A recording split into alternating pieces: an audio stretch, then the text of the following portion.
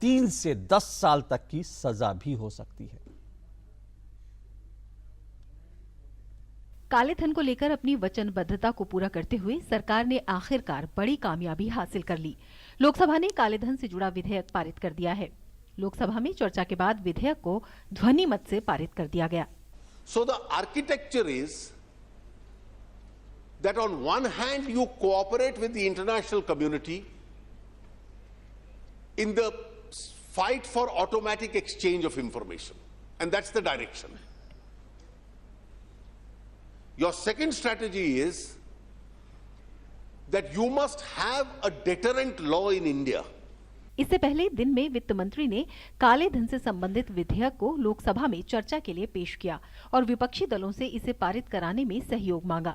जेटली ने इसे संसद की स्थायी समिति को भेजने की विपक्षी दलों की मांग को खारिज करते हुए कहा कि इस कानून को लागू करने में देरी से अज्ञात स्थानों पर विदेशों में धन जमा करने वालों को धन स्थानांतरित करने का मौका मिल जाएगा।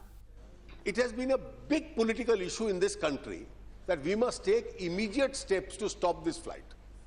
Now, once we have introduced this bill, then if we are going to give months and years to people that such and such law is coming, we are only going to facilitate the flight of that capital taking place and flight taking place to unknown destinations.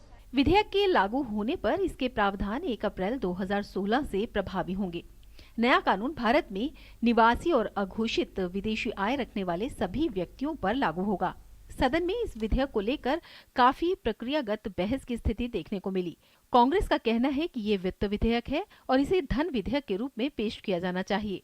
कुछ और दलों ने भी इस विधेयक को संसद की स्थायी समिति को भेजने की वकालत की। अध्यक्ष सुमित्रा महाजन ने अपनी व्यवस्था में इसे धन विधेयक बताया। चर्चा के दौरान भी सदस्यों ने इस पर सवाल उठाए। You have taken out some statutes from Income Tax and Money Laundering Act, put them together in a law, and and asserted a clause of amnesty, which will again be open for how are you going to stop this? So I would send out a warning to the Finance Ministry that they should be providing adequate safeguards against any misuse of this. काले धन या गलत ढंग से कमाई दौलत को अगर हम कम करना चाहते हैं तो सरकार को भी अपनी मानसिकता बदलनी होगी।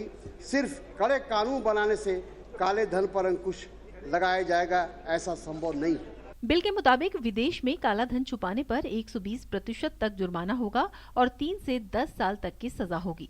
विदेशों में अपनी आय और संपत्ति छुपाने के साथ विदेशी संपत्ति के संबंध में कर चोरी के लिए 10 वर्ष की कड़ी सजा का प्रावधान है।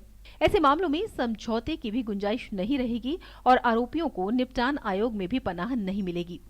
विदेशी संपत्ति के बारे में रिटर्न दाखिल न करने या अधूरा रिटर्न दाखिल करने पर 7 साल की कैद होगी। विदेशी संपत्ति के स्वामी या उससे लाभ लेने वाले व्यक्ति को आय न होने पर भी रिटर्न दाखिल करना होगा। काला धन जमा करने के लिए उकसाने वाले बैंकों या वित्तीय संस्थानों के खिलाफ कार्रवाई होगी। आयकर रिटर्न में ये भी बताना जरूरी होगा कि किस तारीख को विदेशी बैंक में खाता खुला। सरकार के लिए काले धन का मसला कितना अहम है, ये इसी बात से पता चलता है कि सरकार गठन के बाद मोदी सरकार ने पहला फैसला काले धन पर SIT बनाने का किया था। अब जिस तेजी से सरकार काले धन पर कार्रवाई कर रही है, उससे उम्मीद है कि जल्द ही इस पर लगाम लगाई जा सकेगी।